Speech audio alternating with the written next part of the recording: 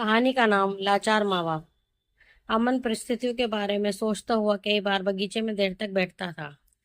पर आज का दिन वो खुद के बारे में सोचना छोड़ दूसरे के बारे में सोच रहा था। उसके सामने बैठे हुए एक बुजुर्ग के बारे में देखने में वो बड़े ही सज्जन लग रहे थे, पर बर्ताव लाचारों सा कर रहे थे। वो अपने साथ कुछ अखबार लाए थे और अपने तन पर उस अखबार को लपेटकर गर्मी पाना चाहते थे। अमन ने सोचा, इतनी रात गए, ये वृद्ध क्या इस बगीचे में सोने की सोच रहे हैं। अचानक उसे याद आया कि कल तो दशहरा है और उसे घर जल्दी लौटना है। वो वहां पर से उठकर अपने घर की तरफ लौटने लगा। उसकी सोच से वो बुजुर्ग हट ही नहीं रहे थे। वो मन ही मन अपने आप को कोसने लगा कि वो उस बुजुर्ग के को कुछ पूछे बगैर ही वापस आया। इस ठंड में उस बुजुर्ग को कुछ हो गया तो। तभी उसका ध्यान तेज बिजली के कड़ाके की आवाज से भंग हुआ। उसका घर पास में ही था। वो भागते हुए अपने घर पहुंच गया। जैसे चोरों से दरवाजा खटखटाया, अंदर से भागते हुए किसी के आने की आवाज आई और धड़ से दरवाजा खोला। उसकी पत्नी कंचन ने, लो फिर बारिश शुरू हो गई। लगता है ये बारिश किसी की जान लेकर ही रहेगी। ना जाने कि कंचन के मुंह से अनायास निकले ये शब्द अमन को बुजुर्ग के बारे में कहे गए हों, ऐसा लगा। अमन घर में तौलिए से अपने बाल पोंछते हुए बोला, माँ बाबूजी ने खाना खा लिया। कंचन बोली, हाँ, उन्हें तो जल्दी खाने की आदत है। आप फटाफट तैयार हो जाओ, मैं खाना परोस देती हूँ। अमन की सोच फिर बुजुर्ग की तरफ गई। क्या उन्होंने खाना खाया होगा? वो फट से कंचन से बोला, तू खाना बाद में दे, पहले छतरी ला। कंचन ने छतरी ला कर दी। वो फटाक से बाहर निकल गया। कंचन चिल्लाती रही, अजी, इस तेज बारिश में कहाँ जा रहे हो? और अमन अपनी सोच में खोया हुआ बगीचे की ओर निकल पड़ा था। रास्ते भर में वो सोच रहा था, क्या वो बुजुर्ग अभी भी बगीचे में होंगे? कौन होंगे वो? क्यों इतने लाचार हैं? क्या होगी उसकी कहानी? अमन बगीचे के उस बेंच पहुंच चुक गया था, मगर बेंच पर वे बुजुर्ग अभी नहीं थे। मगर अखबार के टुकड़े इधर उधर गिरे पड़े थे, उन बुजुर्ग की उपस्थिति को बयान कर रहे थे। अमन को बेहद अफसोस हुआ। ना जाने उसे वो बुजुर्ग जाना पहचाने से लग रहे थे। अचानक उसे याद आया कि वो बुजुर्ग तो साइरस कंपनी के मालिक सेठ, और उसके मुंह से ही निकल गया, रमाकांत सेठ। और पेड़ के पीछे से आवाज आई, कौन है भाई?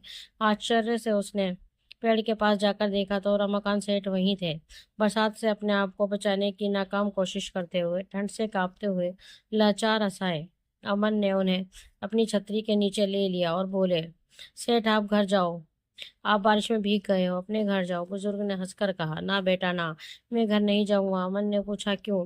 चलिए, मैं आपको घर छोड़ देता हूँ। रमाकांत ने चिढ़कर कहा, नहीं, मैं नहीं जाऊंगा। मेरा बेटा मुझे घर में रहने नहीं देता। अमन ये सुनकर बहुत दुखी हुआ। क्यों ये आजकल के लड़के अपने माँ बाप से दुश्मनों सा व्यवहार करते हैं। जिस बाप की उंगली पकड़कर चलना सीखा, उसी का हाथ पकड़कर उसे घर से बाहर निकाल देते हैं। उसका ध्यान टूटा जब रमाकांत सेठ बोले, तू घर जा बेटे, मुझ बुजुर्ग के लिए तू बारिश में मत भीग। अमन ने कहा, नहीं सेठ, आपको शायद याद नहीं है, मैंने आपकी 6 महीने रोटी खाई है, उस नमक का कर्ज चुकाना है। आप मेरे साथ चलिए। रमाकांत सेठ ने हंसकर आसमान की तरफ देखा और बोले, 24 साल जिसने मेरे घर पेट भरा, उस लड़के ने मुझे बुला दिया और कहा, क्यों मजाक कर रहा है? भगवान, जा, जा बेटे जा, घर जा, ज्यादा बारिश में भीग मत। अगर तेरे माँ बाप होंगे तो तेरी फिक्र कर रहे होंगे, तू उनकी फिक्र कर, उनकी सेवा कर। मैं तेरे साथ नहीं आऊंगा। इतना बोलकर बुजुर्ग ने अपने मुंह पर अखबार रख लिया। बारिश तेज तेज हो रही थी। हाथ में छतरी लिए अमन भीग रहा था। उसके गाल पर टपकते पानी को वो समझ न सकी कि क्या समझे, बरसात का पानी या आंसू। वो लाचारी से खड़ा सोच रहा था, क्या रमाकांत सेठ उस गरीब के घर आएंगे? क्यों वे उसके घर आना नहीं चाहते? अमन नाराज सा वहां खड़ा रहा। रमाकांत सेठ सो चुके थे, ये सोने का नाटक कर रहे थे। वो नाराजगी से वहां से लौटने वाला ही था, तभी रमाकांत सेठ बोले, रुको भाई, चलो मैं आता हूँ तुम्हारे घर। अमन ने उन्हें उठने में मदद की। रास्ते भर में दोनों चुप थे, कोई कुछ नहीं बोल रहा था। पानी की एक एक बूंद की आवाज साफ सुनाई दे रही थी। आखिर चुप्पी रमाकांत सेठ ने तोड़ी। बेटे, तुम्हारे घर में तुम्हारे साथ कौन कौन रहता है? अमन ने हंसकर कहा, एक बीवी है और एक बच्चा, नाम छोटू। वो मेरे साथ रहता है। रमाकांत सेठ ने पूछा, माँ बाप नहीं है? अमन, है ना। रमाकांत सेठ, वो तुम्हारे साथ नहीं रहते? अमन, नहीं। रमाकांत सेठ के चलते कदम गुस्से से थम गए, आंखें लाल हो गई और वे सिर्फ इतना ही बोले, बेटे, मुझे दया दिखा के अपने घर ले जाने का नाटक मुझ पर नहीं चलेगा। तुझे क्या लगा कि इस सेठ को मैं घर ले जाऊंगा, उसकी सेवा करूंगा, मदद करूंगा, बदले में वो खुश रहेंगे, शाबाशी देंगे के क्यों इनाम देंगे? पैसे के लालच ने आज कितना इंसान को गिरा दिया है। गिरे हुए को उठाकर घर ले जा रहे हो और माँ बाप को साथ नहीं रखते। जा बेटा जा।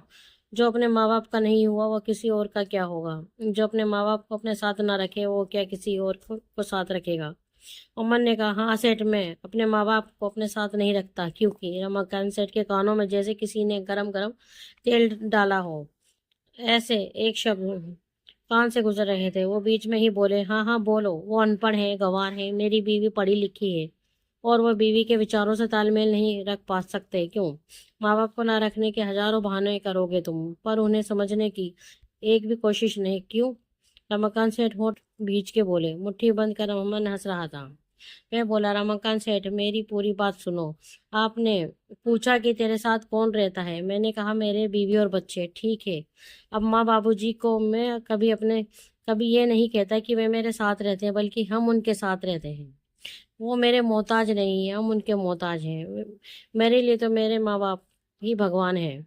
रमाकांत सेठ ये सुन थोड़ा नरम हुए और बोले, वाह बेटा वाह, सही में तूने लाख टके की बात की। अब तो तेरे घर आने के लिए मैं खुद उतावला हूँ।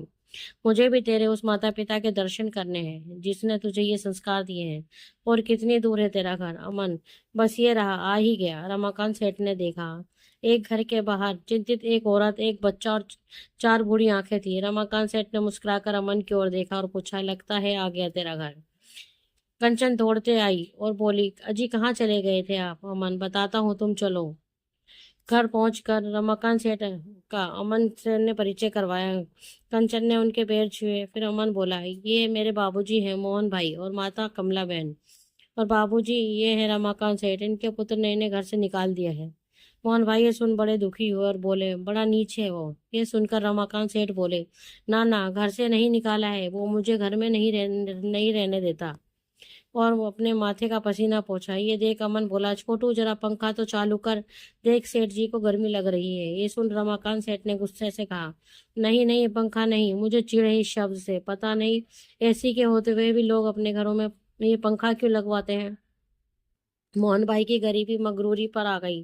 वे बोले, सेठ हम गरीब हैं इसलिए पंखे को घरों में रखते हैं। और हाँ, हमारे घरों में चार पंखे हैं, फिर भी बिजली का बिल बचाने हम एक पंखे के नीचे ही सोते हैं।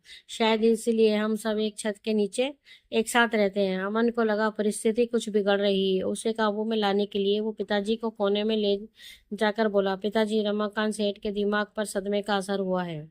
उसका आभास शुरू से ही मुझे हो चुका है। बगीचे में फाड़े गए पेपर, बात को समझे बिना गुस्सा होना, पर मुझे उन्हें कुछ भी कर उनके घर वापस भेजना है। उनके बेटे को समझाना है। आप कृपया कर उनकी बातों का पर ध्यान मत दें। जो बंदा करोड़ों की प्रॉपर्टी से रोड पर आ गया हो वो होश हवास तो खोएगा ही ना।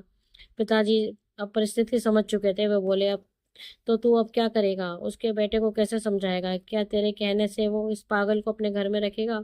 अमन गहरी सोच में पड़ गया। रमाकांत सेठ पंखे को घूर रहे थे। सुबह से घर में पूजा पाठ चल रहा था। दशहरे की खुशियां सभी मना रहे थे। सभी काम निपटा कर अमन रमाकांत सेठ के पास आए। वे हंसकर बोले, आओ बेटा अमन, बस अब आपके घर जाएंगे। आप आज के जैसा शुभ दिन और कौन सा होगा? रमाकांत सेठ ने डर कर कहा, अरे नहीं, वहाँ मुझे मेरा बेटा नहीं रहने नहीं देता है, मैं नहीं जाऊंगा। अमन बोला, सेठ जी आपका लड़का इतना जालिम है कि उसकी बात से ही आप इतना डर जाते हैं। रमाकांत सेठ बोले, ना ना, मेरा लड़का तो एकदम राम जैसा है। मुझे पूछे बगैर वो खाना तक नहीं खाता, हमेशा पिताजी पिताजी करता रहता है।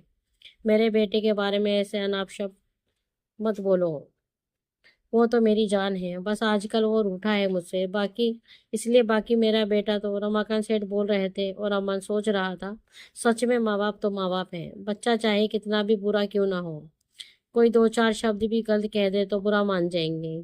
क्या कहें इसे, प्यार या पक्षपात?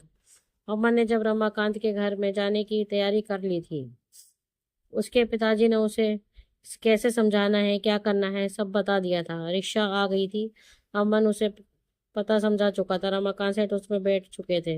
माँ बाप के पैर छू अमन एक पुण्य मिशन पर निकल चुका था। रमाकांत सेठ, देख देख बेटा, मुझे इधर ही किधर छोड़ दे, तू समझता क्यों नहीं? मैं घर नहीं जाना चाहता। अमन क्यों नहीं जाना चाहते? क्योंकि आपका बेटा आपको रहने नहीं देता? आप चलिए तो सही, मैं समझाऊंगा उसे। रमाकांत सेठ, वो किसी की बात नहीं सुनता, अपनी माँ की भी नहीं। वो नहीं सुनेगा, बड़ा है। तू क्यों मेरे लिए अपना अपमान करवाने पर तुला है? लौट जा बेटा, लौट जा। अमन शांति से बैठा था। अपने ईश्वर पर भरोसा था। रमाकांत सेठ बेचैन थे क्योंकि उन्हें अपने बच्चे पर भरोसा था। तभी रिक्शा रुक गई। रिक्शा वाला बोला, लो लो जी, आ गया घर। अमन ने रिक्शा से उतरकर पैसे दिए और घर की ओर देखा। देखा तो आंखें खुली की खुली रह गईं। वो बड़ी हवेली थी, बहुत बड़ी, चारों ओर बाग, बीच में हवेली। एक दीवार की ओर और वो रुक गया और अचरज से दीवार को देखने लगा। दीवार में बहुत से छेद थे। रमाकांत सेठ ये देखकर बोले, मेरा बेटा जब मायूस होता है तब इस दीवार पर गोलियां चलाता है। अमर ने आश्चर्य से पूछा, और जब गुस्सा होता है तब? रमाकांत सेठ ने दूसरी दीवार पर उंगली दिखाई। अमन ने पलट कर देखा तो वो पसीने पसीने हो गया। सारी दुनिया उसे घूमती नजर आई। उसने सोचा, ये रमाकांत सेठ को घर पहुंचने के चक्कर में कहीं मैं ऊपर ना पहुंच जाऊं। अमन ने देखा, दीवार पर कई तरह के जानवर के सर लटके रहे थे, अच्छी तरह से फ्रेम किए हुए। वो चेहरे उनके साथ हुए अत्याचार की जुबानी थे। तभी रमाकांत सेठ बोले, चलो डरो नहीं, 6 महीने से मेरे बेटे ने बंदूक को हाथ तक नहीं लगाया है। वो वहीं उसी अलमारी में है। अमन को कुछ राहत मिली। वो रमाकांत सेठ के पीछे पीछे घर के दरवाजे तक पहुंच गया। दरवाजा खुला था। रमाकांत सेठ ने अंदर जाकर अपने बेटे को आवाज दी, जग्गू जग्गू। बेटे जग्गू, कोई आवाज नहीं। अमन बोला, सेठ, लगता है वो बाहर गया होगा। रमाकांत सेठ ने हंसकर कहा, घर में होगा तब भी वो जवाब नहीं देगा। मैंने कहा था ना कि वो किसी की नहीं सुनता। तभी एक औरत कमरे से बाहर आई और बोली, अजी, आ गए आप? कहाँ गए थे? क्यों मुझे परेशान करते हो? घर से क्यों भाग जाते हो? रमाकांत सेठ ने कहा, तुझे पता नहीं मैं क्यों बाहर जाता हूँ? क्या तुझे भी बताना पड़ेगा कि मेरा बेटा मुझे घर में रहने नहीं देता? तभी सेठानी की नजर अमन पर गई। आपकी तारीफ? अमन, जी, मैं वो आपके बेटे जगजीत से मिलना चाहता था। सेठानी ने गुस्से में कहा, नाम मत लो उस हरामी का। जो दुख उसने हमें दिया है वो कोई दुश्मन को भी ना दे। और वो फूट फूट कर रो पड़ी। अमन का ध्यान अचानक एक कोने पर गया तो उसने देखा कोई उनकी बातें सुन रहा था। अंधेरे में खड़ी उस आकृति को जब अमन ने पहचान लिया तब उसकी आंखें खुली की खुली रह गईं। वो सिर्फ इतना ही बोल सका, वो जगजीत। अमन ने कहा, वो जगजीत की बीवी है ना? सेठानी ने उस कोने में देखा और बोली, हाँ बेटी, वहां क्यों खड़ी हो, सामने आ जा। अमन उसे देखते हुए सोच रहा था। उसके सारे प्रश्नों का उत्तर अब उसे मिलने वाला था, जो वो चुपचाप बहती आंखों से सुनने वाला था। सेठ जी बोले, बेटे, आज आज से ठीक 6 महीने पहले मेरा बेटा जगजीत उर्फ जग्गू मायूस सा घर लौटा था। उसकी आंखें कह रही थी कि वो अंदर से रो रहा है। मैंने उसे बहुत पूछा पर वो कुछ नहीं बोला। दूसरे दिन सुबह जब हम उठे तो जग्गू को छत के पंखे से लटका पाया था। उसने आत्महत्या कर ली थी। कारण बहुत छोटा था। उसने अपने दोस्त से कुछ पैसे उधार लिए थे और शेयर बाजार में लगाए थे। शेयर बाजार टूट गया और साथ मेरा जग्गू भी। वो बहुत घमंडी था, बाप पर जान छिड़कता था। घर पर बात कर बताने से घबराया और आखिरी कदम उठा लिया। वो सिर्फ बोलता, पैसों के ढेर लग जाते।